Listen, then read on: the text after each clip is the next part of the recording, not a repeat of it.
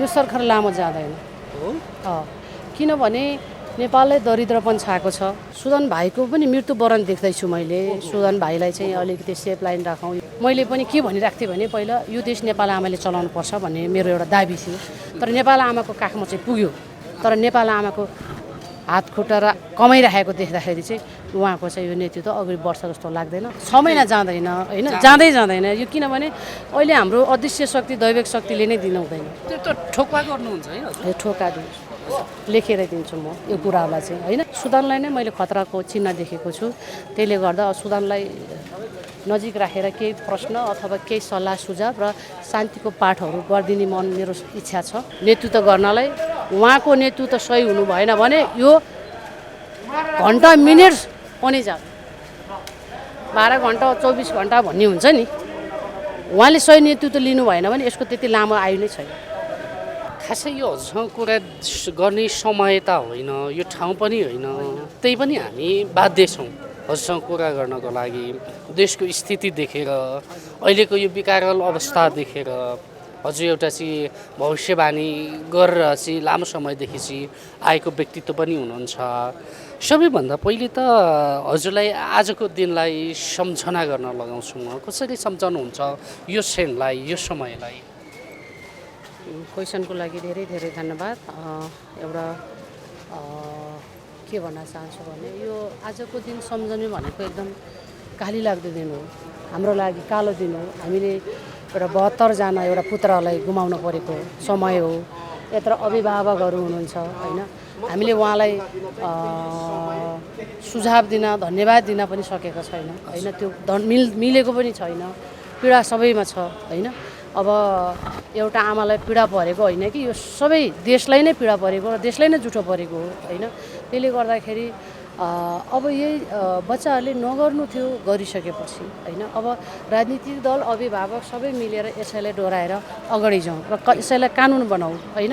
अबको यो आन्दोलनले एउटा सरकार आएको छ, एउटा चाहिँ नयाँ सरकार आएको छ होइन। उहाँबाट चाहिँ कतिको अपेक्षा गर्नुभएको छ? उहाँहरूको भविष्य चाहिँ कस्तो देख्नु भएको छ? मैले अझै पनि उहाँहरूको भविष्य देखाएको छैन। यो सरकार लामो जाँदैन हो किनभने नेपाललाई दरिद्रपन छाएको छ होइन। यो दरिद्रपन हामीले बुझाउन बाँकी नै छ होइन। मबाट नै गलत भएको छ। म तपाईँ एकदम एक्सक्युज मी भन्छु सबै जनताहरूलाई।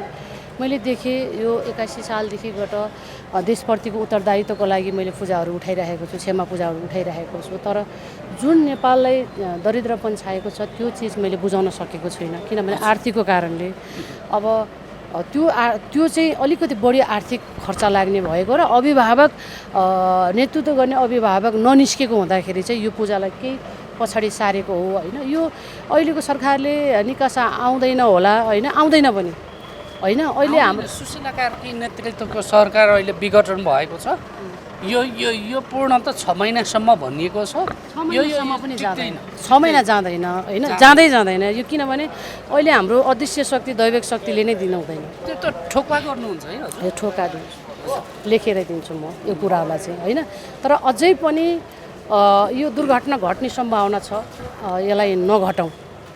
कसैलाई कस्तो कस्तो खालको देशमा अनिष्ट हुने छ अब यस्तो छ।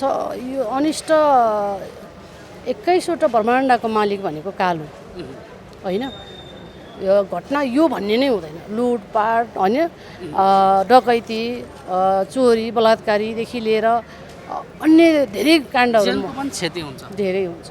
अब यो तपाईँको सतत 72 जना युवाहरूको जुन भयो, अझै यहाँ तपाईँको कुमारीहरू पनि अझै एक्सिडेन्ट होला जस्तो देखिन्छ। कुमारी मैले तपाईँको 71 सालदेखिबाट नै मैले मिडियामा बोलिनँ होइन। मिडियामा बोल्दाखेरि मान्छेले माताहरू हावा भएर बोले भन्छन् होइन।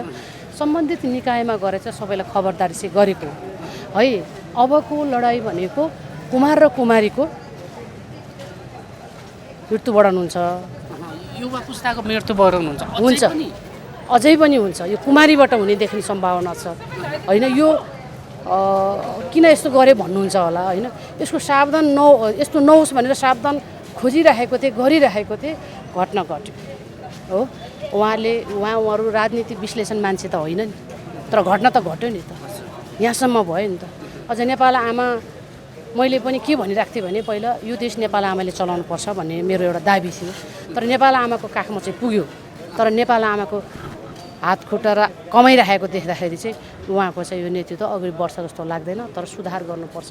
जबसम्म मैले त्यो चिजलाई बुझाउँदिनँ तबसम्म यो सुधार हुँदैन। या तपाईँको राजा आउन् या राष्ट्रपति आउन् या सुशीला कोर्की आउन्, कोही पनि आएर पनि यसको यो हुनेवाला छैन। अब सुशीला कार्की भनेको अहिलेको युवा पुस्ताको एउटा चाहिँ आवाज रोजाइ बन्नुभएको छ। तपाईँ भन्नुहुन्छ उहाँले नेतृत्व लिने भनेको 6 महिनासम्मको लागि मात्रै हो, अर्थात् आगामी फागुनको 21 गतेसम्मको लागि मात्रै हो भनेको उहाँले पनि भनेर भन्नुभएको छ। तपाईँले भन्नुहुन्छ फागुन 21 गतेसम्म उहाँ टिक्नुहुन्न, हुँदैन।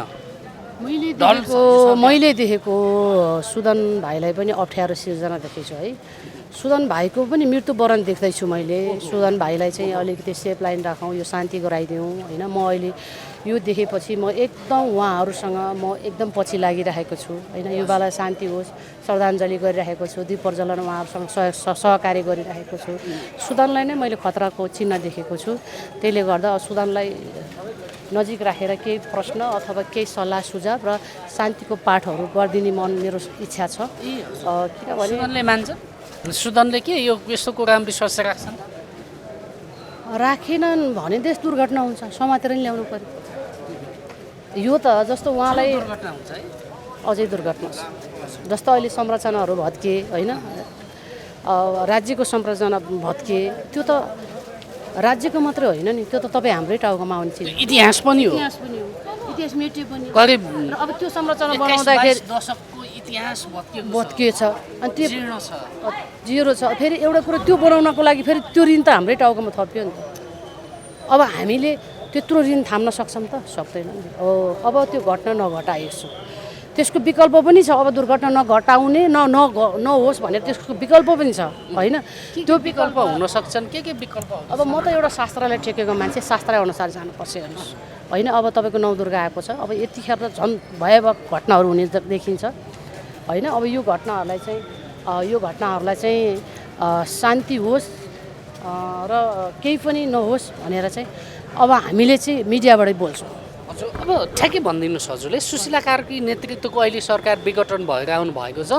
यो सरकार कहिलेसम्म टिक्छ?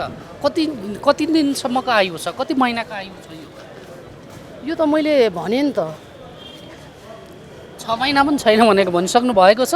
अझ यकिन गर्नुहोस् न। यो त मैले तपाईँको यसको आयु नै देखेको छु। यसको आयु नै देखाएको छैन क्या। यो त अब शक्ति आमाको हातको कुरा हो।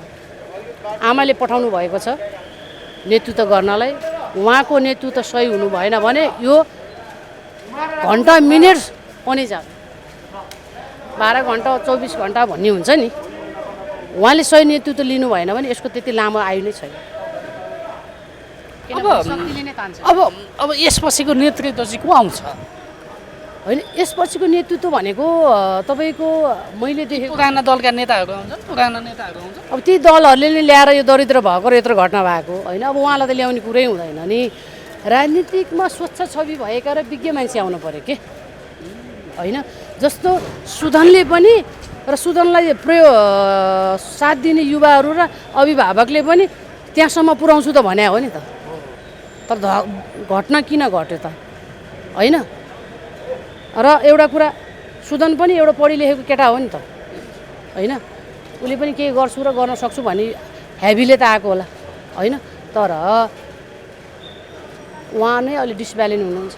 मैले भनिहालेँ उहाँको नै मृत्युवरण मृत्युवरण देख्छु मैले। अब हजुरले ठ्याक्कै अबको नेपाल कस्तो देख्नुहुन्छ? पहिलेसम्म नेपाल चाहिँ यस्तै अवस्थामा रहन्छ जबसम्म यो शक्तिको पीठले दुईवटा पूजा दिँदैन तबसम्म देश यस्तै हुन्छ। कस्तो पूजा दिनु?